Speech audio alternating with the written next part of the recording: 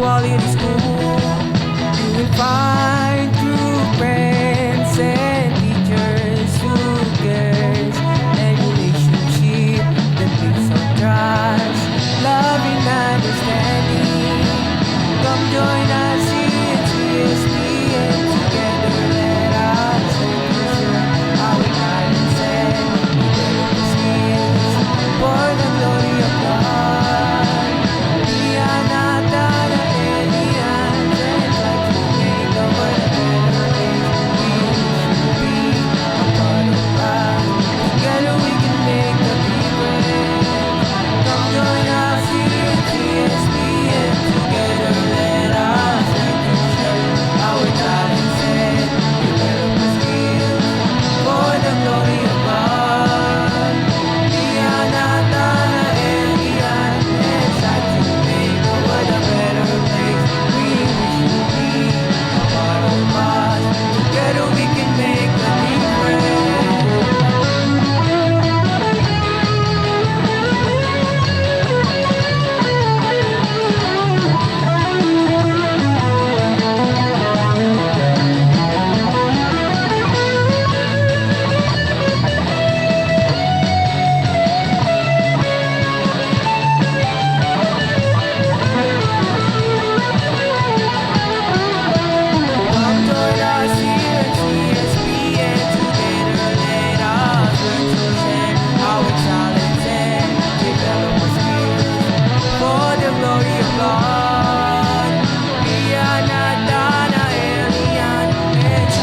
make the world a better place. We wish you be a part of us.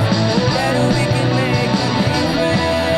Come join us here at CSB, and together let us learn to share our talents and develop our skills for the glory of God. We are not an alien, and try to make the world a better place. We wish you be a part of us. Together we can make a difference. Come join us here at CSB, and together let us learn to share our talents and develop our skills for the glory of God. We are not an alien, and try to make the world a better place.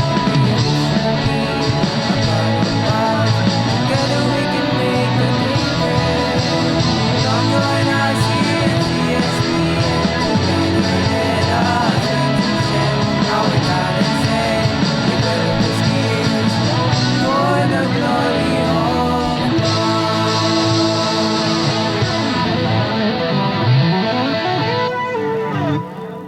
In the name of the Father, and of the Son, and of the Holy Spirit. Amen. Heavenly Father, we come before you today, seeking your guidance and blessing. Grant wisdom, strength, and patience to our teachers, host, and technical team. Inspire them to lead and serve with excellence and dedication. Bless our audiences with open minds, kind hearts, and a desire to grow each day. May everything we do through CSB and Portal be done with unity and for the glory of God.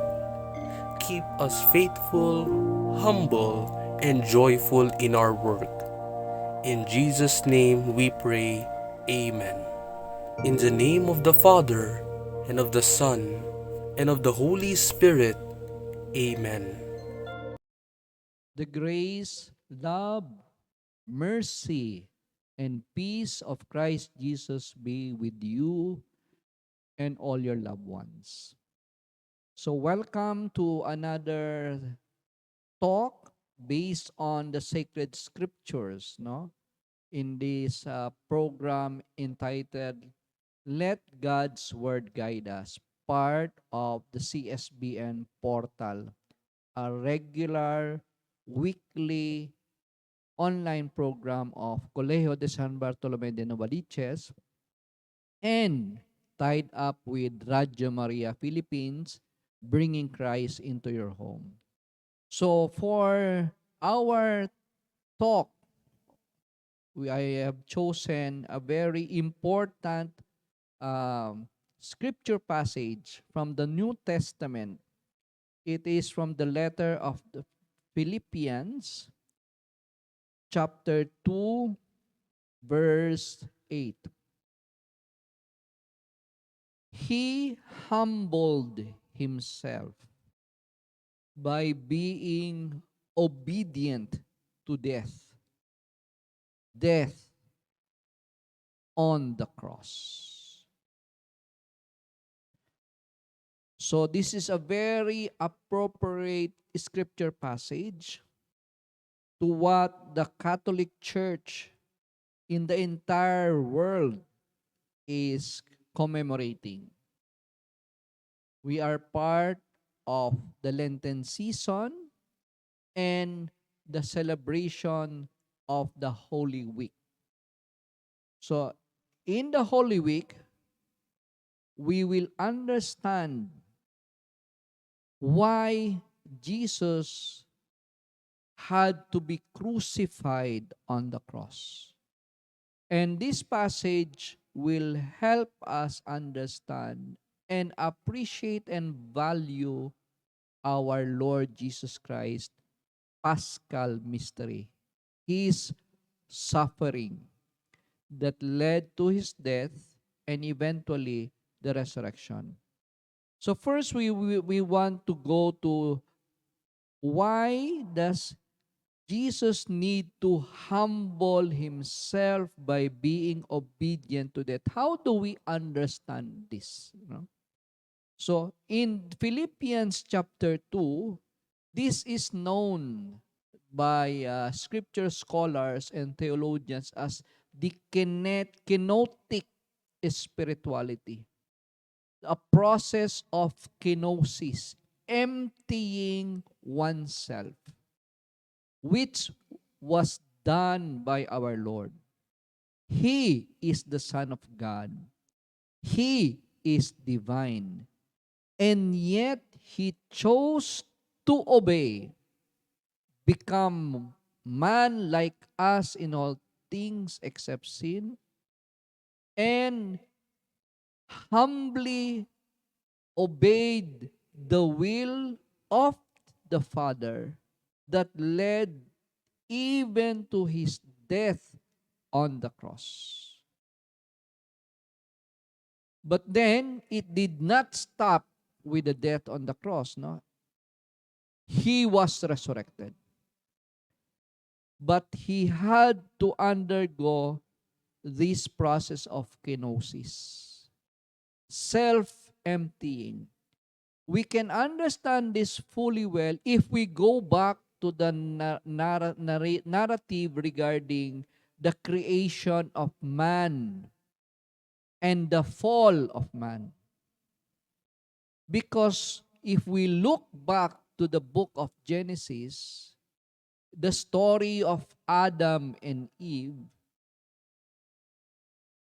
what happened was sin entered into the world because of the disobedience of man.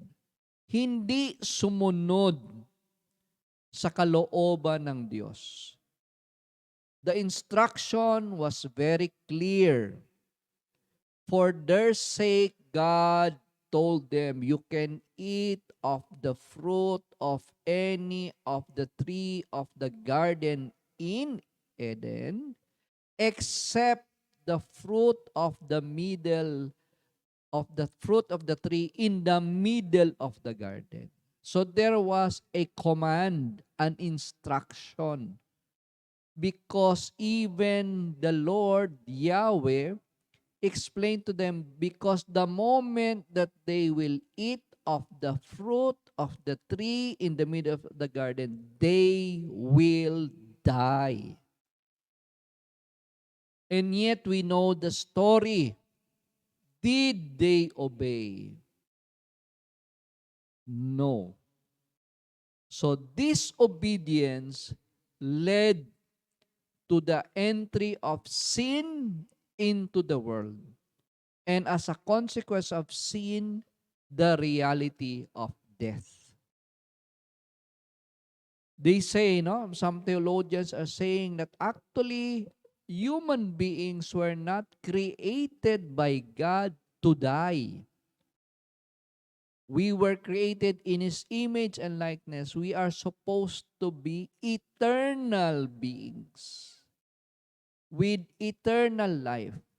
But then again, because Adam, of course, as siguro influenced by Eve, and Eve, tempted by the serpent, committed the sin of disobedience that led to the entry of sin and therefore death. In order for humanity to be redeemed,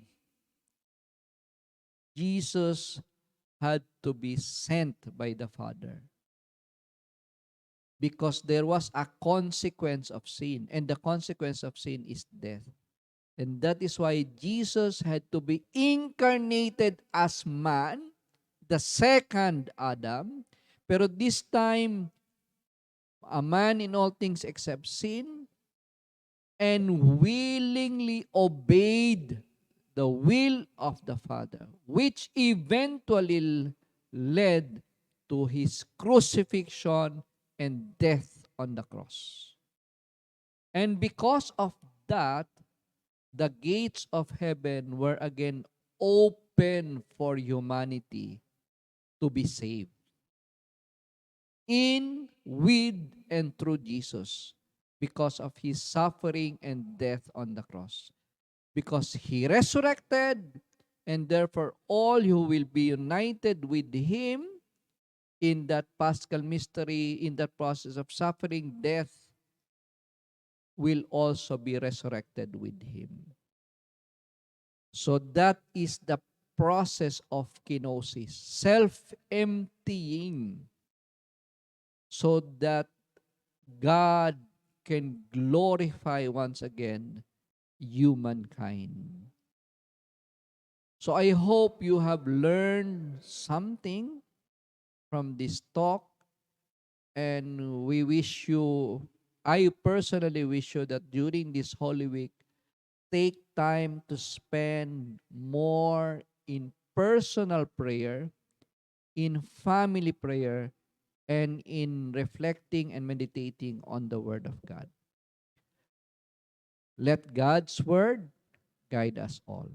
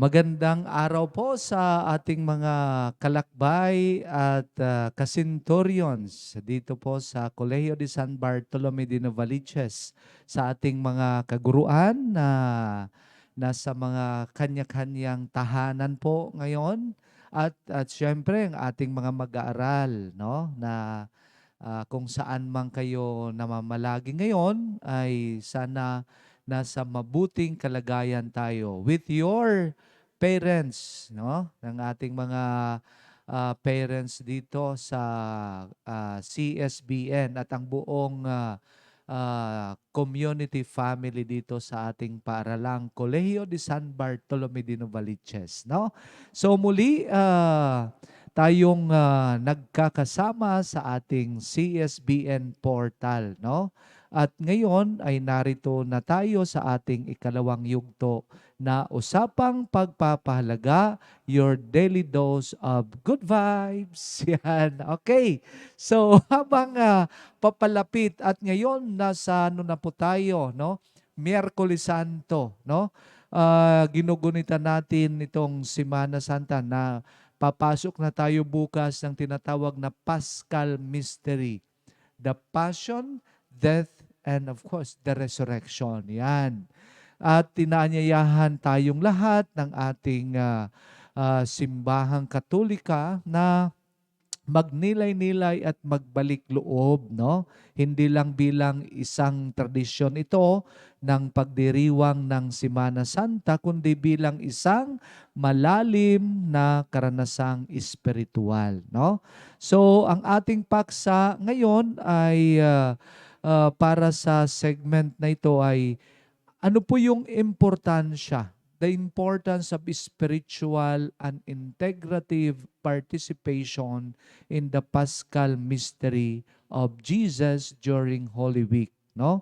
And our spiritual upliftment in this celebration. Paano yung ating relasyon ay mapapatibay sa ating Panginoon sa pamamagitan ng pagmamahal natin sa ating kapwa.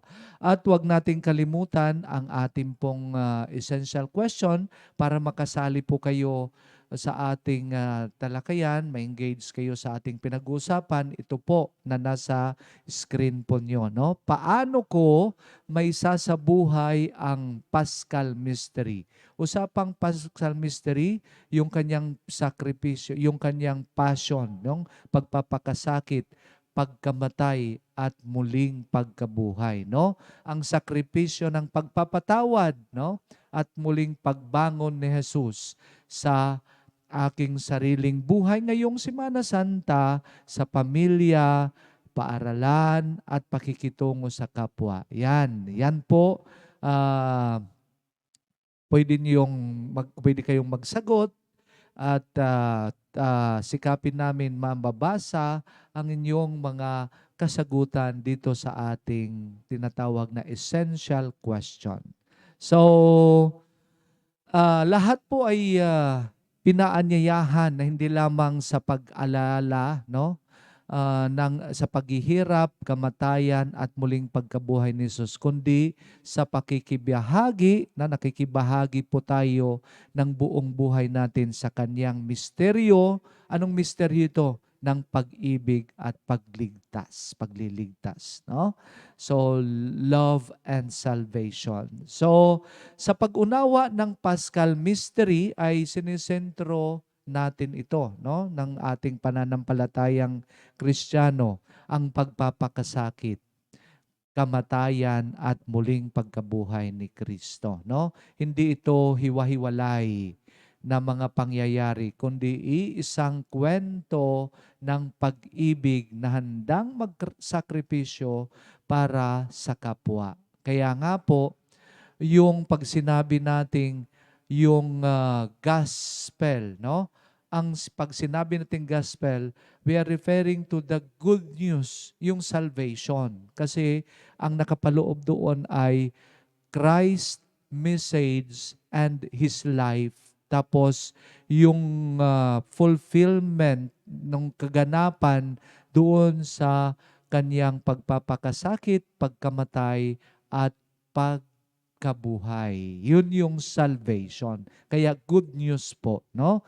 Sa Semana Santa, hindi lang tayo tagapanood kung ano po yung mga tradisyon na nakikita natin sa ating mga parokya, sa mga Siete Palabras, sa mga procession, Station of the Cross, yung pagbibisita iglesia, no? So, pumupunta tayo sa mga simbahan para magdasal doon in front ng Blessed Sacrament, no? So, tayo rin po ay inaanyayahang makilahok, no? Makiisa sa hirap, makibahagi sa pananampalataya at magbagong buhay kasama niya, no? Kasi para mayroon tayong kaparte doon sa kanyang misyon. Ano ang misyon ni Jesus? Pagpapalaganap ng kaharian ng Diyos. Although sinabi niya na nung sinabi niya sa dito na kaharian ng Diyos ay nandito na pero hindi pa ganap. Bakit? Kasi kailangan po natin ng ating partisipasyon doon sa misyon ni Jesus ng pagpapalaganap sa kaharian ng Diyos. Meron tayo doon, no? Kaya nga, the kingdom of God is at hand but not yet. Kasi nagkakailangan mayroon tayong participation para sa kaganapan ng ating buhay at ang buhay ng walang kamatayan, yung eternal life, yung tinutukoy dito, yung promise of salvation, no? So, pangalawa, ano ang ibig sabihin ng spiritual integration, no? And participation po natin. Spiritual and integrative participation. Ano ang ibig sabihin nito? Pag sinabi nating ang spiritual participation ay ang pagbibigay ng oras para sa una, yung panalangin. Importante po lahat na magnalangin po tayo. Tapos, ang pangalawa ay tahimik na pagninilay. Balikan natin. It's time to reflect kung ano na po yung mga nangyayari sa atin, ano na po ba yung mga relasyon natin sa ating kapwa, no? Ano ang relasyon natin sa Diyos. So, yun yung mga pagninilay. At ang pangatlo, yung importante para sa spiritual participation natin, yung pakikinig sa salita ng Diyos.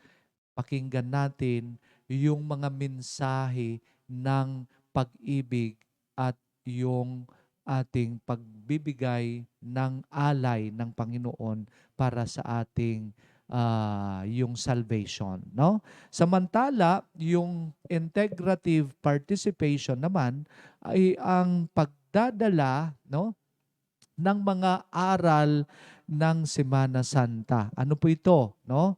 So, integrate natin na hindi lang po sa panalangin, tahimik na pagninilay at pakikinig sa salita ng Diyos. Ang Semana Santa ay yung pagbibigay natin ng mga aral doon sa ating pamilya, sa ating paaralan, at sa ating komunidad at pang-araw-araw natin na buhay. Ang ibig sabihin, hindi man natatapos sa simbahan ang ating debosyon, no? Ito po ay nagpapatuloy ito sa ating mga kilos, desisyon, at pakikitungo sa kapwa. Kaya ang pakiusap po, wag nating gawin ang Semana Santa na mga araw ng bakasyon, no? Mga araw ng parang party-party, no? Ito'y pakikiisa natin doon sa misyon ni Jesus na nag-alay ng pag-ibig, inalay niyang ang kanyang buhay para sa pag-ibig at kaligtasan po natin. Ang tanong doon, ano ang participation mo? Dapat mayroong ka doong parte. Kasi yun po yung tina-challenge tayo lahat, maging parte doon sa kanyang sakripisyo, sa kanyang pagkamatay, at kasama tayo doon sa kanyang pagkabuhay, no? Yung victory of darkness, victory of sins dito po, no? Kaya yun po yung partisipasyon natin. Kaya wag natin sayangin, wag nating isipin na ang Semana Santa ay yung oras ng ating sariling desisyon na para mag-beach, mga kung ano pang ginagawa natin kasi sabi natin bakasyon. No, hindi po. Oras ng panalangin, pagninilay, at yung pagkikinig sa mga salita ng Diyos. No? So, ang pangatlo ay yung pagpapahalaga na dapat isabuhay sa Semana Santa. Ano po yung mga ah, pakikibahagi natin doon sa kanyang pagkasakit, no? Pagpakasakit, pagkamatay at muling pagkabuhay, tayo ay hinuhubog sa mahalagang pagpapahalaga, no? Number one, yung sakripisyo, no? Tinuturuan tayo ni Jesus na ang tunay na pag-ibig ay marunong mag-alay ng oras, pag-unawa, at minsan ay sarili, no? So, dapat yun po ang tingnan natin na marunong tayong mag-alay sa oras, mag-alay sa pang-unawa, at yung minsan, kaya na ba natin yung ialay ang ating sarili sa ating mga minamahal. Yun. Pangalawa, yung pagpapatawad, no? So sa krus pinatatawad, no? Pinatawad ni Jesus ang mga umapi sa kanya. Kaya maririnig niyo doon sa one of the 7 last words na mismong sinambit ni Jesus habang siya ay nakabayubay sa cross, no? Sa itong Semana Santa ay inaanyayahan din tayong bitawan ang galit at sama ng loob, no? So, ialay na natin 'yon. Ipako na natin doon sa cross yung mga galit po natin, yung samaan ng loob para dalhin doon at muling maging kasama tayo doon sa pagbangon, yung resurrection, no? So, aside from sakripisyo at yung pagpapatawad, ito po yung pangatlo ay yung pakikiisa at paglilingkod, no? Ano po ito? Hindi tayo nag-iisa sa ating mga pasanin. Alalahanin niyo po 'yon. Hindi tayo nag-iisa sa ating mga pasanin, no? Tinatawag tayong tumulong, makinig at maglingkod, lalo na sa mga nangangailangan, no? Para din tayo nakakatulong tayo doon sa mga pasanin ng araw-araw ng ating kapwa, no? So tumulong tayo, maging aware tayo at maglingkod tayo, no, sa pamamagitan ng pagtulong sa mga nangangailangan. Yung pang-apat ay pag-asa, no? Ang Semana Santa ay nagtatapos sa muling pagkabuhay, no? Paalala na may liwanag, no, pagkatapos ng dilim. Yan, 'di ba?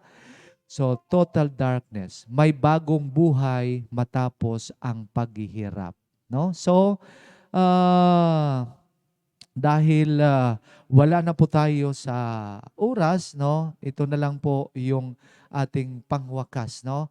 Sa pagtatapos ng ating usapang pagpapahalaga, no? Naway maitanim sa ating mga puso ang paanyaya ng Semana Santa.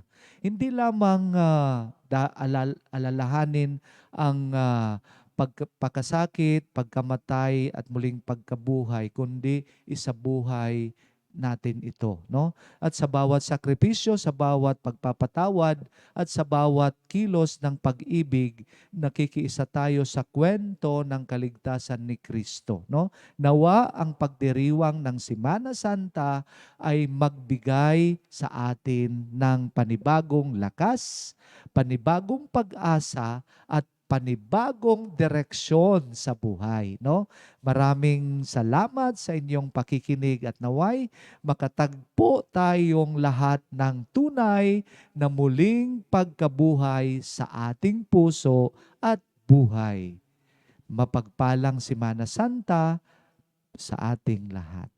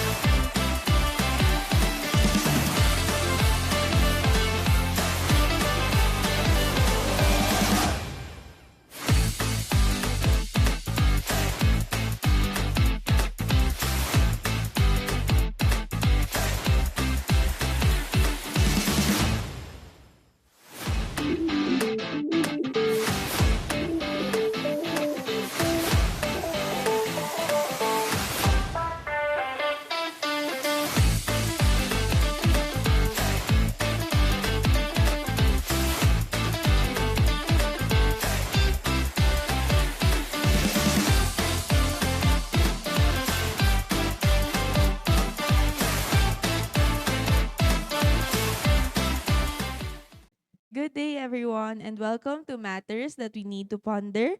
And today, our session is entitled Hope Matters Why It Keeps Us Going. And today, we have invited another speaker who will give her insights and is a hopeful person na yan. Katulad ng ating speaker last time, happy person. Ngayon naman ay ang ating speaker ay full of hope na ibibigay at isi-share niya sa atin. And let's all welcome Ma'am Eden Lucernas Balbuena, our grade 4 Prudence mentor. Yay! Ayan. Hello, ma'am. Hello, ma'am. Mukhang nag-spill over din yung happiness dito. Hindi lang hopeful, happy din. Ayan. So, ma'am, before we start, do you want to greet anyone? Ay, hindi wala. Charot. Ayun, hi everyone. Again, I'm Ma'am Eden and hello sa mga friends ko dyan, sa family ko kung nanonood kayo. Hello, artista na ako. Charot. Charot. Ayan, hello po. And also Hello. hello sa ating mga kalakbay. Maraming salamat po sa inyong patuloy na suporta via Radyo Maria sa CSBN Portal. Ayan. So, are we ready, Ma'am Eden? Hindi pa actually. Hindi, kaya Hindi, mo to. Sige. Ayan. So, you can, pwede ka mag-pull out ng mga experiences mo, hopeful experience na pwede nating i-share sa ating viewers. Okay, so, let's start. Okay. Sige. Okay, so for our Napilitan. first question, as a teacher, how would you define hope in the context of our learners' lives? Para sa akin, hope is the belief that things can get better even when students are facing challenges. Bilang teacher, I see hope as the to motivation that pushes students to keep trying kahit na nahihirapan sila sa lessons, sa activities, or even sa personal struggles. Ayun. It reminds them that mistakes are part of learning. And every every efforts that they make today can help them succeed in future. That's right. So, would you consider hope important in our students' lives? So, based on what you've shared, importante siya, tama, sa buhay ng mga Yes. estudyante natin. Yes. So, why do you think is it important for students to learn about hope? Or, yun, ma-inculcate nila yung value of hope in their lives? Hope is very important for young people today because they are growing up in a fast changing and sometimes challenging world. Ayan. So kapag may hope ang bata, mas meron silang confident na mag-try ng mga bago, mag-solve ng mga problems, and i-pursue pa yung dreams nila. Ayan. Hope also helps them stay positive and resilient even if they experience failure or disappointment. That's right. So, lalo na ngayon, Ma'am Eden, ang dami talagang nangyayari sa mundo natin, di ba? Yes. Our world is becoming more complex and complex each day. So I hope yung hope talaga importante siya na ma-nurture natin sa mga bata so that they can keep on kumbaga mag-adjust sila dun sa nangyayari sa paligid nila and dun sa mundo natin. Yes. So as teachers naman, how can we help or ano yung mga tips and tricks for teachers to nurture hope in our students? Ano yung mabibigay mong techniques para sa mga teachers? Yes. Actually, siguro ginagawa naman na talaga natin to. As teacher, we nurture hope by creating a supportive and encouraging classroom environment. Yung mga simple things na pag recognize natin sa mga efforts nila, pagtulong natin sa kanila sa pagtatama natin pag may mga nagawa silang mali, and also ano pa ba? And we also remind them that learning is a journey. That's right. So, importante din, Ma'am Eden, for our teachers to be active listeners, right? Yes. Yung mga nasi-share ng ating mga learners, dapat talaga pinapakinggan natin at iniintindi natin. And we help them or we guide them on how to process those things also. Diba? So, anything else to add, Ma'am Eden? Siguro advice, ma-advise ko na lang sa kanila na it is okay to feel discouraged sometimes, lahat naman tayo may mga pinagdadaanan na moments na nahihirapan tayo. Hindi siya maiiwasan. Yes, or oo. hindi siya maiiwasan. Talagang minsan madadown ka, ganyan. Pero, always remember that challenges are temporary. Actually, Mm-mm. pwede pa natin siyang gawing opportunity to grow once na malagpasan natin siya. So, ano yung mga pwede nating gawin?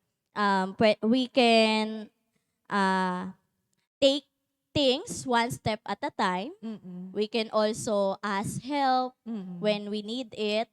And then, never stop believing in your ability na kaya mo yan, kayang-kaya natin yan.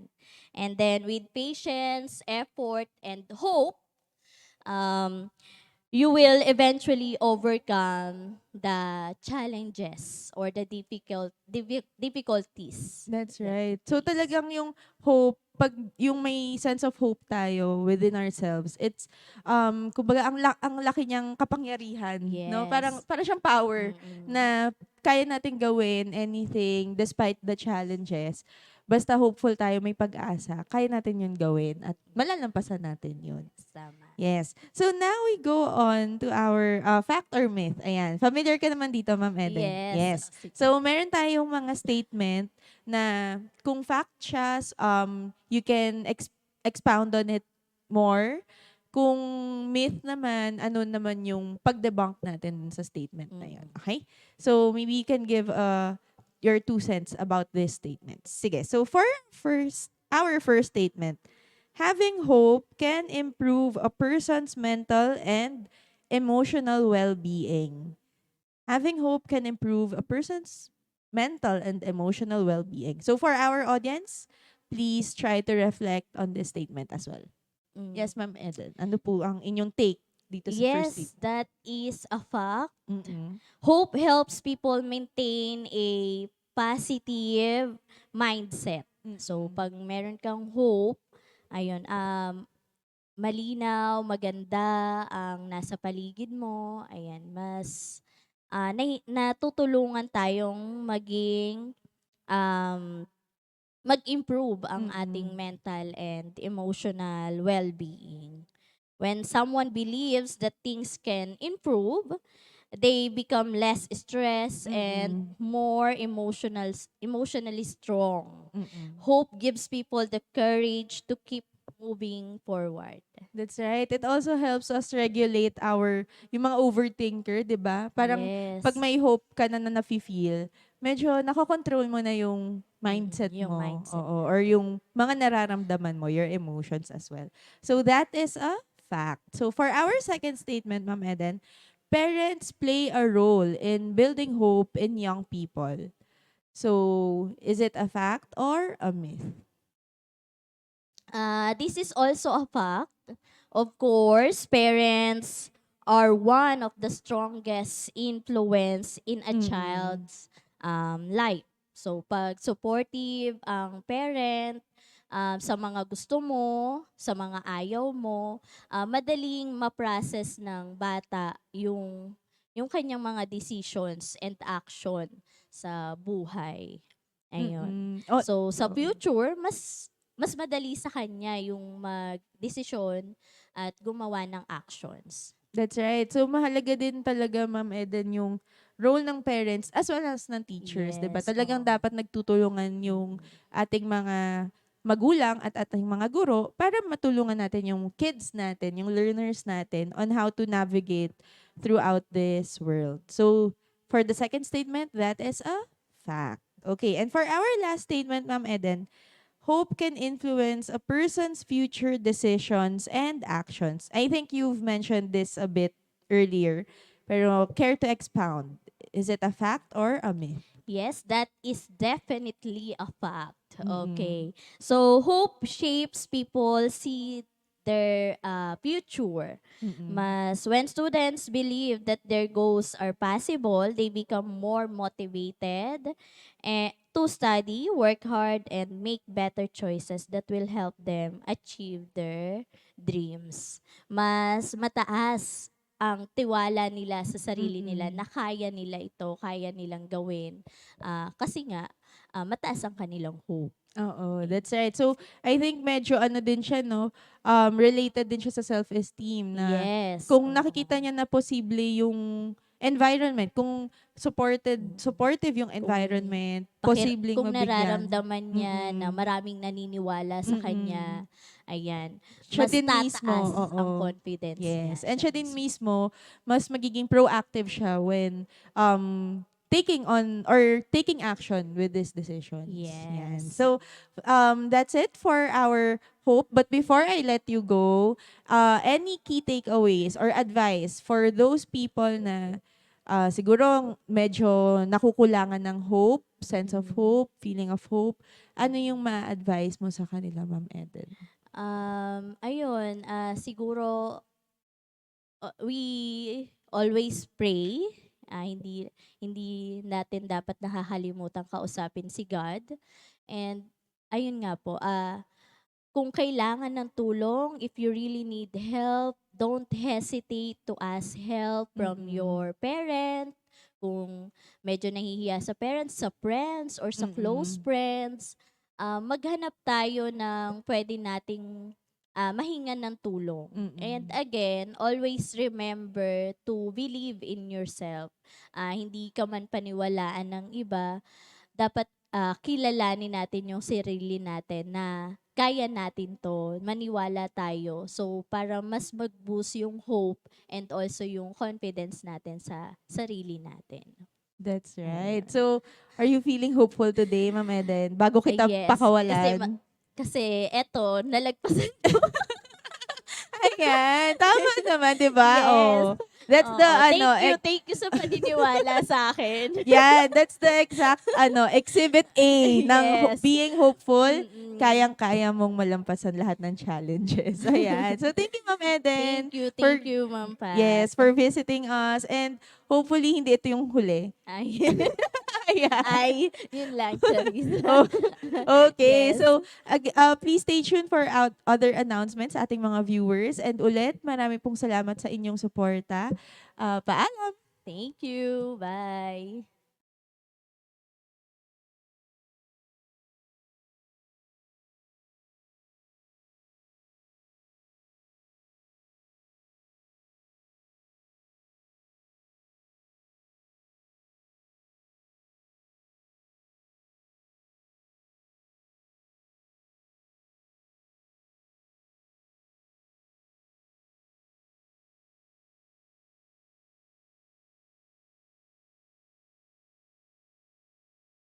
In the name of the Father, and of the Son, and of the Holy Spirit.